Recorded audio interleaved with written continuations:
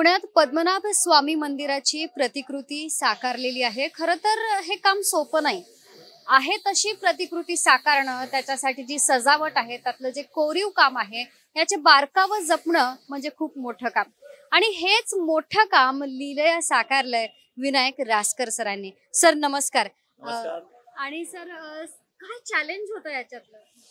तशी चॅलेंजेस भरपूर असतात। एक चॅलेंज होतं असं म्हणता येणार नाही, कारण की कुठलीही प्रतिकृती करताना त्या प्रतिकृतीचा म्हणजे ओरिजिनल मंदिराचा स्केल एक वेगळा असतो आणि आपल्याला अवेलेबल जागेमध्ये तो तशाचा तसा फील देण्यासाठी त्याचं डिझायनिंग करताना भरपूर चॅलेंजेस असतात। आणि स्पेशली जर श्रीमंत दगडूशेठ हलवाई गणपती आपण जिकडे बघतो, जिथे बसतो, त्या ठिकाणी काम करणं, त्या कंजेस्टेड जागेमध्ये एवढ्या मोठ्या प्रमाणातलं मंदिर उभं करणं हे माझ्यासाठीच नाही, आत्तापर्यंत जेवढ्या कलाकारांनी तिकडे काम केलंय ते प्रत्येकासाठीच ते चॅलेंज असणार आहे। आणि ते चॅलेंज स्वीकारून आपण काम करतोय। आणि मी तर असं म्हणेन की आपण काम नाही करत आहे, आपल्याकडनं काम करून घेतोय। करणारा फक्त तोच आहे, आपण फक्त निमित्त मात्र आहोत, ते करतोय। खरंच कौतुकास्पद आहेत ह्या सगळ्या गोष्टी। आणि खरं तर पद्मनाभ स्वामी मंदिरातली सगळ्यात मुख्य आकर्षण म्हणजे विष्णूंची मूर्ती। खरं तर शेष नागावर निद्रावस्थेत असलेली ही विष्णूंची मूर्ती अतिशय प्रसिद्ध आहे आणि ते खास बघण्यासाठी मंदिरामध्ये लोक जात असतात। आणि त्याच पद्धतीची मूर्ती हुबेहूब म्हटलं तरी चालेल, हुबेहूब ही मूर्ती साकारण्यात आलेली आहे। सर काय वैशिष्ट्य आहे या मूर्तीचं? सगळ्यात पहिलं तर या मूर्तीचं वैशिष्ट्य असं की ती पद्मनाभ स्वामी मंदिराच्या तळघरामध्ये हा जो विष्णू आपण बघतोय, जो दोन मूर्त्या आहेत, एक मूर्ती आहे शेषशाही विष्णू जी ओरिजिनल मंदिरामध्ये आहे, आणि तळघरात जी सोन्याची मूर्ती सापडली ती जवळपास 8 टन वजनाची आहे। 7,800 किलो भरीव सोन्याची मूर्ती। तर त्या मूर्तीची रिप्लिका करण्याचा आपण प्रयत्न केलेला आहे आणि सेम स्केलला केली। ती 12 फुटाची आहे, ही सुद्धा 12 फुटाची मूर्ती करण्याचा प्रयत्न केला आपण। तुम्ही जर इथे या मूर्तीला बघू शकाल तर मूर्तीचे डोळे अतिशय रेखीव पद्धतीचे आहेत आणि ही मूर्ती जणू आपल्यालाच पाहते की काय असं यांच्या डोळ्यातून भास होतो। आणि यातलं जे रेखीव काम असेल ते तुम्ही पहा, खरोखर अतिशय वाखाणण्याजोगं हे काम आहे। आणि सर हे कुठलं मटेरियल वापरण्यात आलेलं आहे? ती मूर्ती हुबेहूब साकारण्यासाठी काय पद्धतीचं कष्ट घ्यावं लागलं? ऍक्च्युली मूर्ती साकारण्यासाठी बरीच प्रोसेस आहे। पहिल्यांदा तर तो एक स्केल तुम्हाला ठरवावा लागतो, त्याच्या रेफरन्सनुसार त्याची ड्रॉइंग्स करावी लागतात। ड्रॉइंग केल्यानंतर त्याचं क्लेवर्क सगळ्यात महत्वाचं आहे। मातीकाम झाल्यानंतर त्याच्यावर मोल्ड टाकायचा, मोल्ड पासून FRPचा पीस काढायचा, मग तो फिनिश करायचा, मग प्रायमर, मग बाकीच्या सगळ्या प्रोसेस करून येणारा आउटपुट आहे। खरं तर आपण असं म्हणतो की हे काही साधी गोष्ट नाही। जितकी भव्यता आहे मंदिरामध्ये, जितकं काम करण्यात आलेलं आहे, हे कुठलं एका दुसऱ्या दिवसाचं काम नाहीये। हजारो हात या ठिकाणी लागलेले आहेत। अनेक लोकांनी यासाठी काम केलेलं आहे, अहोरात्र काम केलेलं आहे। तुम्ही माझ्या मागे बघू शकता की आता सुद्धा इथे अनेक जण काम करतायत आणि त्यानंतर मग आपल्याला भव्य दिव्य असा देखावा पाहायला मिळतोय। सर 15 दिवस 1 महिन्याचा नाहीये, मागचे 5 महिने आमचे संपूर्ण टीम अविरतपणे काम करते। किंवा माझे मित्र राजन माझ्या बरोबर आहेत।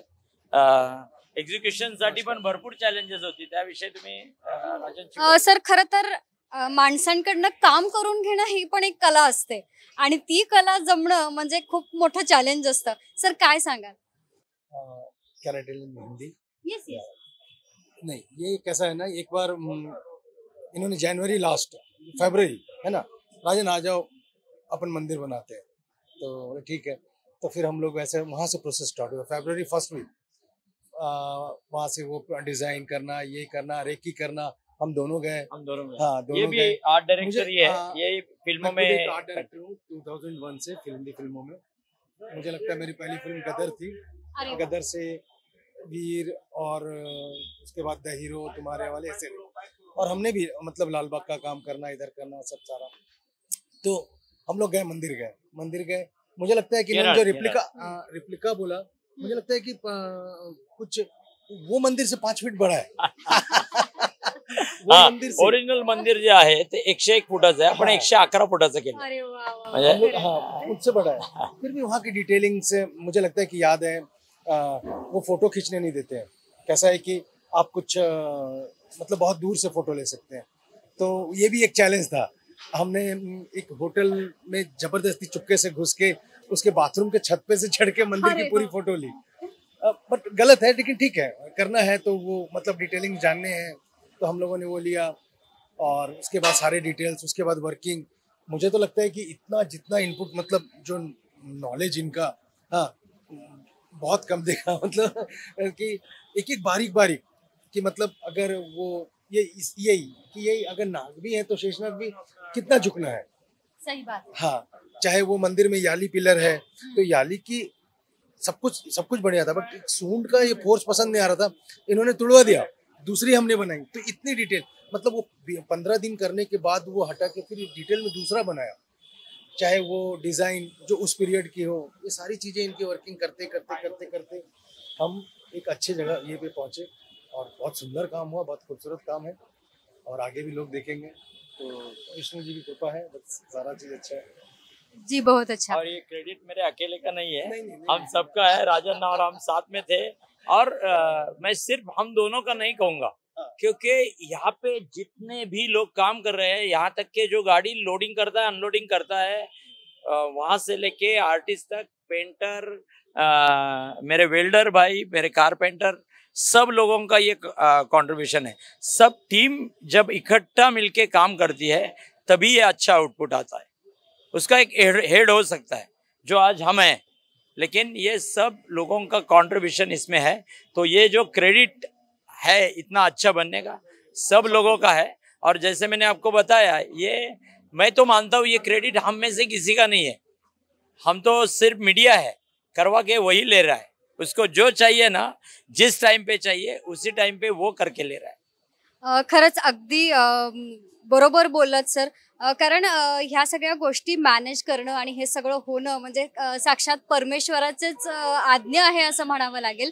आणि आता आपल्याला लवकरच ही मूर्ती जी आहे ही मूर्ती आपल्याला पाहायला मिळणार आहे आणि ही मूर्ती लवकरच दगडूशेठ गणपतीच्या मंदिराच्या जवळ असलेल्या जी प्रतिकृती साकारण्यात आलेली आहे तिथं वरच्या बाजूला ठेवण्यात येणार आहे.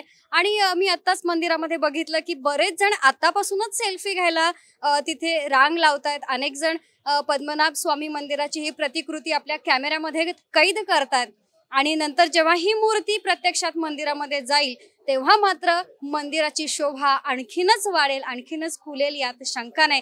त्यामुळे जरी केरळला जाणं शक्य नसलं तरी आपल्या पुण्यामध्ये पद्मनाभ स्वामी मंदिराची प्रतिकृती साकारण्यात आलेली आहे आणि तिथं तुम्हाला हे सगळं बघायला मिळणार आहे. कॅमेरामन शिवाजी साळुंखेसह मी प्रेरणा परबखोत, top news Marathi, Pune.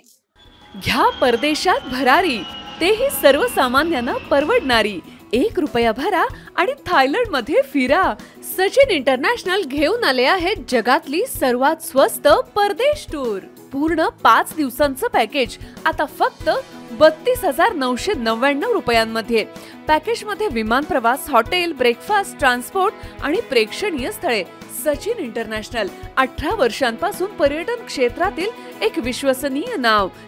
Sachin international सोबत मनसोक्त फिरा. संपर्क 7767989898.